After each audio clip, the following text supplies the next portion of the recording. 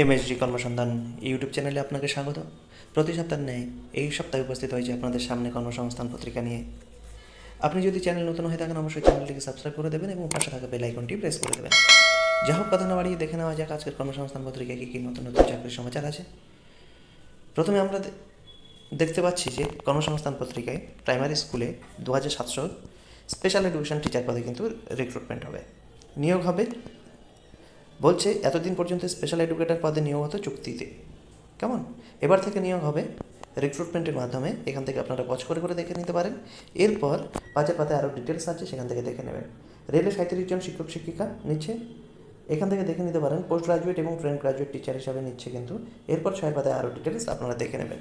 তারপর বলছে নৌবাহিনীতে অগ্নিবীর পদে recruitment, Agniveer MR, Agniveer SSR পদে কিন্তু রিক্রুটমেন্ট হচ্ছে। নৌবাহিনী অগ্নিবীর ক্যাটাগরিতে নাবিক পদে কয়েকশো অবিবাহিত ছেলেমেয়ে, মোট অন্তত 50% নাম্বার সহ মাধ্যমিক পাস হতে হবে, ছেলেমেয়েরা কিন্তু আবেদন করতে পারবেন। এরপর 10 পাতায় আরও ডিটেলস দিয়ে দেওয়া হয়েছে। এখানে ক্ষেত্রে এটাও অগ্নিপথ স্কিম, ফিজিক্স কেমিস্ট্রি অঙ্ক বিষয় নিয়ে হিসাবে উচ্চ মাধ্যমিক কিন্তু পাস হতে হবে, তবে কিন্তু অগ্নিবীর এসএসআরে কিন্তু এসএসআরে কিন্তু অ্যাপ্লাই করতে পারবেন। তারপর কেন্দ্রীয় সংস্থায় 258 ট্রেনিং পদে কিন্তু নিয়োগ হচ্ছে।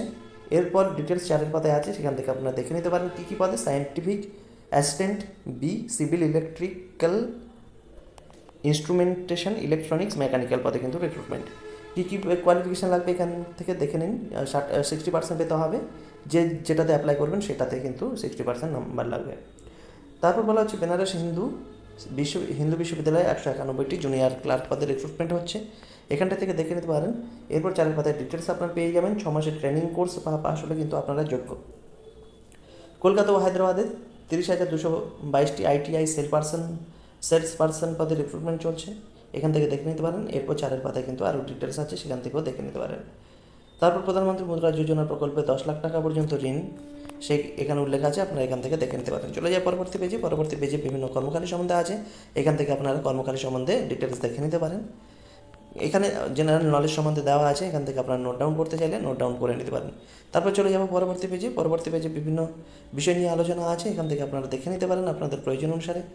এখান থেকে প্রথম পাতার পর 10 লাখ টাকা পর্যন্ত ঋণ, এখান থেকে ডিটেলসটা আপনারা আরও পেয়ে যাবেন আইডিয়াটা।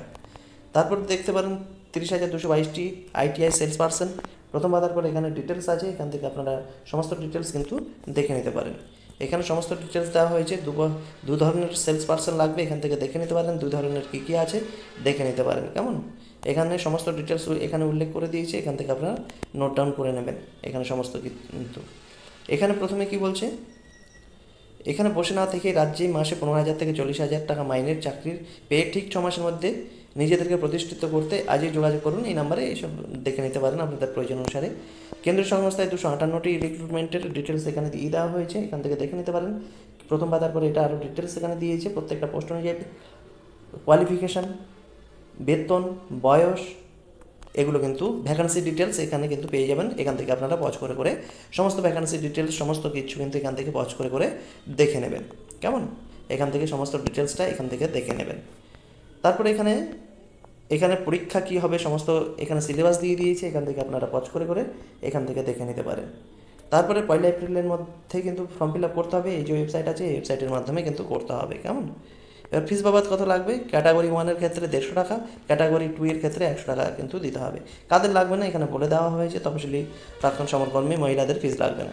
তারপরে 191 জন ক্লার্কের যে লাগবে প্রথম পাতার পর এখানে বলা হয়েছে বিএইচইউতে আপনাদের ফর্ম ফিল আপ করার পরে এই ঠিকানায় কিন্তু পাঠিয়ে দিতে হবে। 22 এপ্রিলের মধ্যে যেন ডাকটা পৌঁছে যায়। দরখাস্ত অনলাইনে করতে পারবেন, 7 এপ্রিল লাস্ট ডেট, কেমন। প্রার্থী বাছাই হবে লিখিত পরীক্ষা ও কম্পিউটার দক্ষতা পরীক্ষার মাধ্যমে। এগুলো সমস্ত ডিটেলস এখানে ভ্যাকান্সি ডিটেলস আছে, এখান থেকে দেখে নিতে পারেন।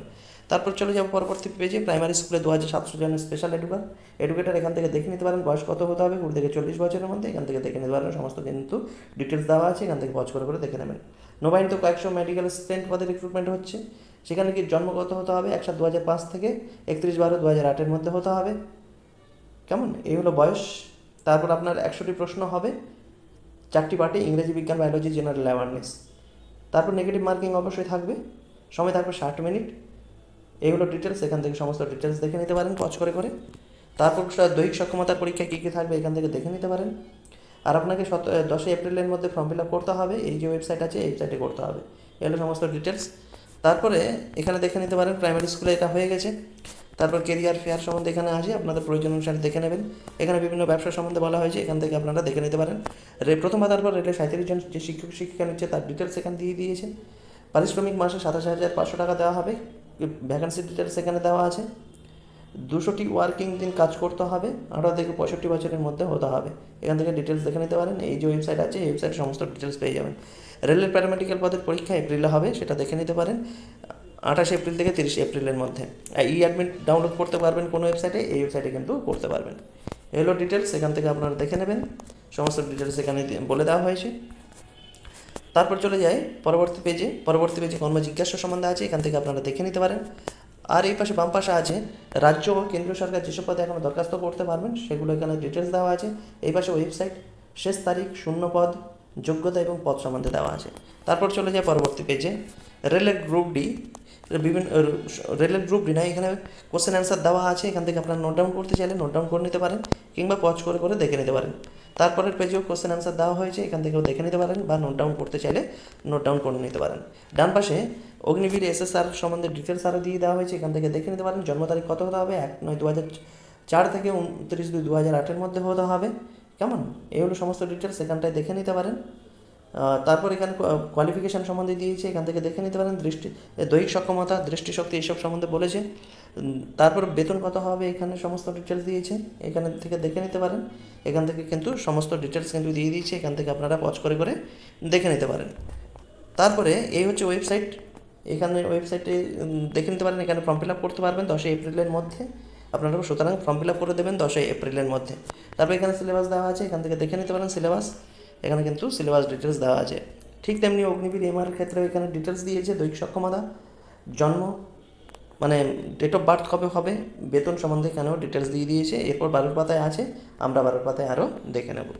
তারপর চলে যায় পরবর্তী পেজে এখানে অগ্নিবীর MR এর ডিটেলস দিয়ে দেওয়া হয়েছে, এখান থেকে দেখে নিতে পারেন।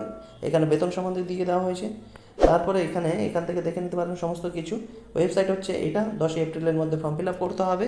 সিলেবাস আছে, নেগেটিভ মার্কিং 0.25 কাটা হবে একটা ভুলে, এখান থেকে দেখে নিতে পারেন। এই হলো আজকে কর্মসংস্থান পত্রিকা। এতক্ষণ আমাদের সাথে ধৈর্য সহকারে থাকার জন্য অসংখ্য ধন্যবাদ। আপনার দিনটি শুভ হোক।